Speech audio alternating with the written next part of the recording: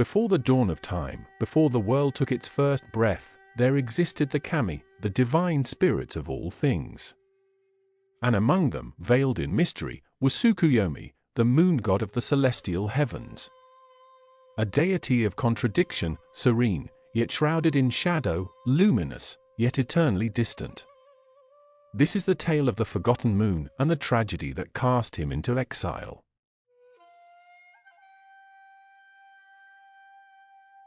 In the primordial age, the world was still young, a fragile thing shaped by divine hands. From the very essence of the great god Izanagi, 3 noble children emerged, each destined to rule a part of existence. Amaterasu, radiant and resplendent, was given dominion over the sun, to bring warmth and life. Susanoo, wild as the raging tempest, inherited the seas and storms. And Tsukuyomi, elegant and composed, was bestowed the mantle of the moon, a guiding light in the endless night.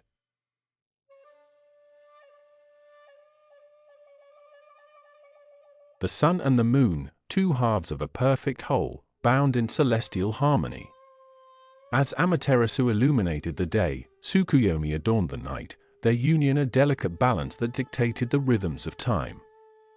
But harmony, as the gods would soon learn, is often fragile, easily shattered by fate's cruel hand.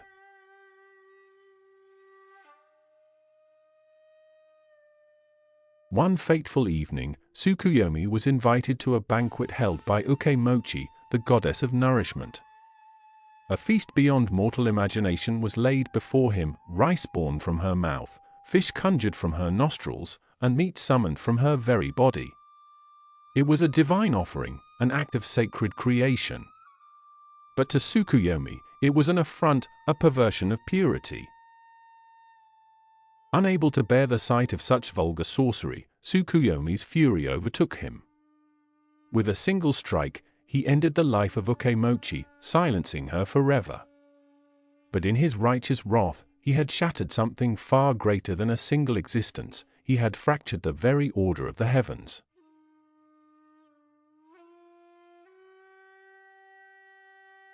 When Amaterasu learned of Ukemochi's demise, grief and rage consumed her. To slay another kami was an unforgivable act. The sacred trust between deities had been broken, and in that moment, she made a decision that would change the course of the cosmos. In her fury, Amaterasu banished Tsukuyomi from the heavens, decreeing that she would never again share the sky with him. From that day forward, the sun and the moon would remain eternally separated, forever chasing, but never touching. Night would always follow day, but the two would never reunite.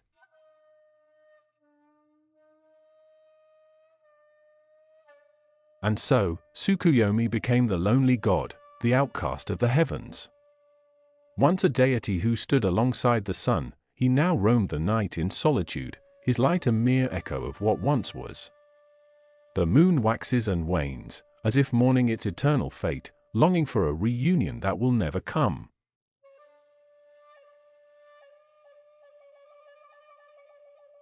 Yet even in exile, Tsukuyomi's presence endures.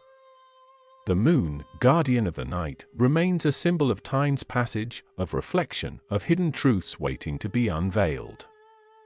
In Shinto tradition, he is seldom worshipped, overshadowed by his sister's brilliance. Yet, his influence lingers in every moonlit path, in the tides that rise and fall, in the quiet moments of solitude and contemplation. Perhaps Tsukuyomi is not to be pitied, nor to be reviled, but to be understood. A deity not of punishment, but of consequence. A god who reminds us that light and darkness must coexist, but not always in harmony. And so, as the moon continues its silent vigil in the sky, we are left to wonder, does he watch us too, longing, waiting, hoping for a day that will never come?